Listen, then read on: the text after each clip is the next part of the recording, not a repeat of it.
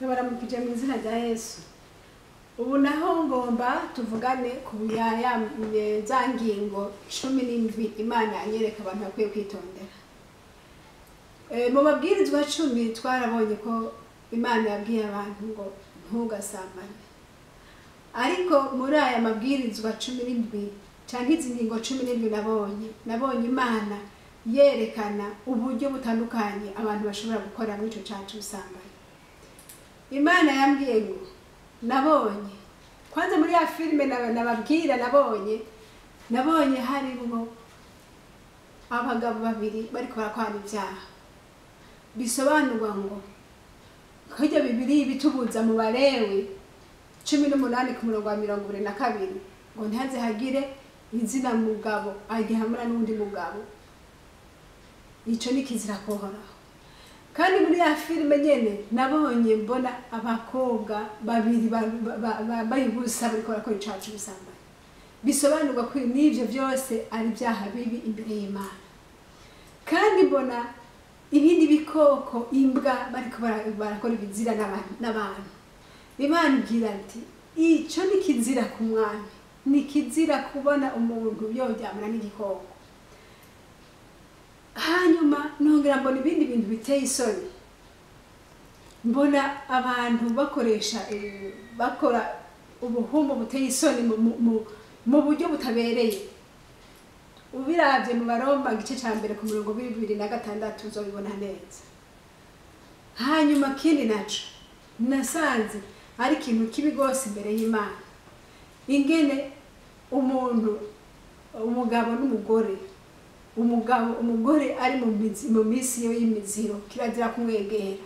Niko Bibiliya bitubwira. Turabisoma mu Balewi 18 ku murongo 18 nyene.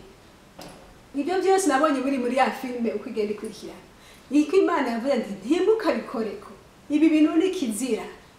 Ariko murazi yuko mu mabwirizwa 10 handitse ngo ntugasambane. Mugabo nibi byose nibizira imbere y'Imana.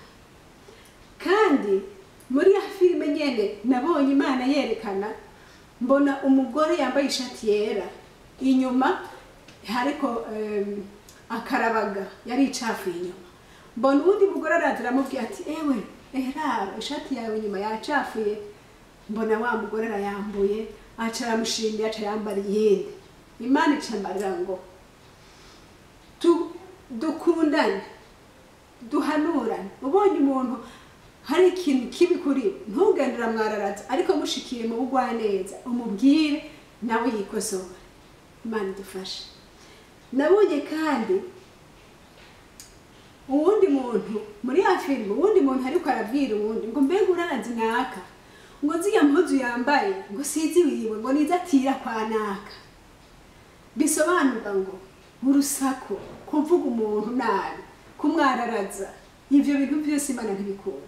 Ugomba kuba umukunzi w'Imana no kugira amanota menshi mu ijuru. Ahubwo mufuke ureke kwandagaza ububi bwiwe.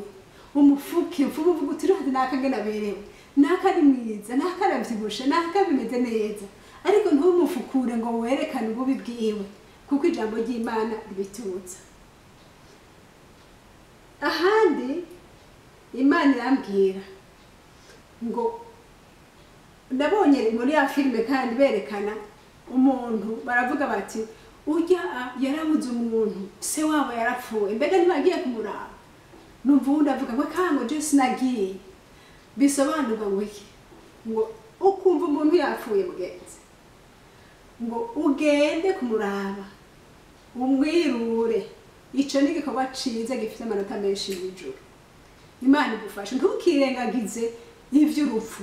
Ntukirengagize wumvise uwawe yabuze canke uwo muzinanye yabuze ariko ugende umwirure. Ibyo byose mu ijambo ry'Imana turabibona. Hanyuma ikindi naco ngo wibuke gutanga ikigira 10. Abantu benshi ntibazi yuko ikigira 10 ari ic'Imana. Muri ajya mahera uronka ujya mushahara uhembwa ajya mahera bamuronka kura ku icicumi sigwawe n'icuhoraho. Iyo Mana yaguhezagiye nawe yihezagira ikore mu murimo wayo. Kuko nutabigira uko witwa umusuma kandi bisuma ntibizokwinjira mu ijuru. ariko niwabigira uko Imana izoguhezagira izohezagira nayo yadusigaje. Imana idufasha. Ushaka kuvuga uti kumbura je mpembwa make canke ntayo ndonka, ariko Imana yo irazi ko ku munsi irakurisha, iratuma abantu bakakuzanira amahera kandi ukayaronka. Nico gituma wambara, nico gituma uvyibushe, nuko urya Imana irakwambika. None iyo Mana woyibwira gute ngo ntacuronka kandi nawe umeze neza? Ikindi naco nabonye ngo ukagira icyo usezerana n'Imana. Niba hari ikintu wasezeranye n'Imana mugenzi, wihute kugikora.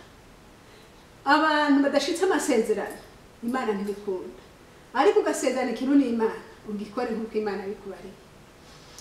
Ikindi naco ngo wibuke gufasha abo mu nzu yawe. Hariho abantu benshi bamaze kuba abantu b'Imana baca bitwararika ibikorwa byo mu ngoro y'Imana.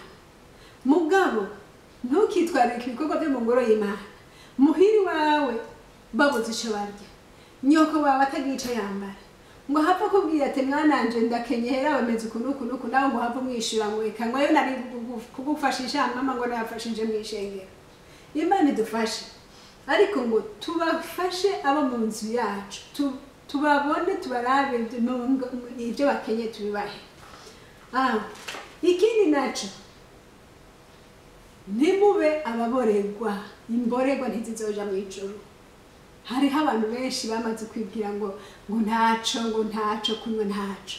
Kunywa ni bibi, ntukaborerwe mugenzi. Bibi tugiye ngo tuborerwe mpwemu yera, twuzure mpwemu yera mugabo ntitwuzure ibitudandahira. Ibyo byose mu ijambo ry'Imana biriyo. Kandi ngo ntihakabeho umuntu yambaye idodombera uwundi ngo nakayangiriye nabi ukanka kumubabarira. Mubabarire niho uzomererwa neza, niho Imana izokubona nawe ikagushima, n'ivyaha byawe nawe ukabibabarirwa kuko wababariye uwundi. Ikindi naco ngo ntukice. Abantu benshi barica bagakorora inda, bagakora ibyaha, bagatanga amahera kugira ngo baje kwicisha umuntu yitwa naka. Abicanyi ntibazogera mu bwami bw'Imana. Kandi ivyo byose ubikora naho bikora winyegeje, naho bikora urashaka kubikora abantu ntibabibona, ugatanga amahera mu mpisho canke nawe ukandika makete mu mpisho kugira ngo bicishe umuntu naka kuri bari bamushikira bamwice. Abicanyi ntibazoja mu ijuru. Imana yambwiye ngo ndababwira uko nyene. Kandi ngo ntimugasenga ibigirwamana. Hariho abantu benshi basenga ibigirwamana, ukabona ufise umugabo canke umugore ahembwa amahera menshi, ukaca umwishimira ko ari bazokubeshaho. Canke ukabona abana bawe bateye imbere ngo ntibazokubeshaho. Wishimira Imana rurema. Ntihakagira ikindi kintu kigutandukanya n'Imana canke ngo ugishire imbere gusumba Imana, ariko Imana wishira imbere muri byose. Icyanyuma muri byose naho wovyitondera, ube warakiriye Yesu umwami n'umukiza wawe. Kuko byose ni wabikora aho wowe umuntu w'umunyangeso nziza, uzi kuraba abagwaye, uzi gufasha imfuvyi n'abapfakazi, uzi kwitondera ibyo byose, mugabo utarakira Yesu ntuzobona ubwami bw'Imana. Nabonye mugenzi izo ngingo uko ari 17. Sinazi gutondekana neza ariko nuko nyene byari. Ngo wirinde ntukaje mu busambanyi, wirinde ntugasenga ibigirwamana. Muri byose umwakire Yesu, nawe azogufasha kwitondera ibyo byose yakubariye. Imana iguhezagire. Amen.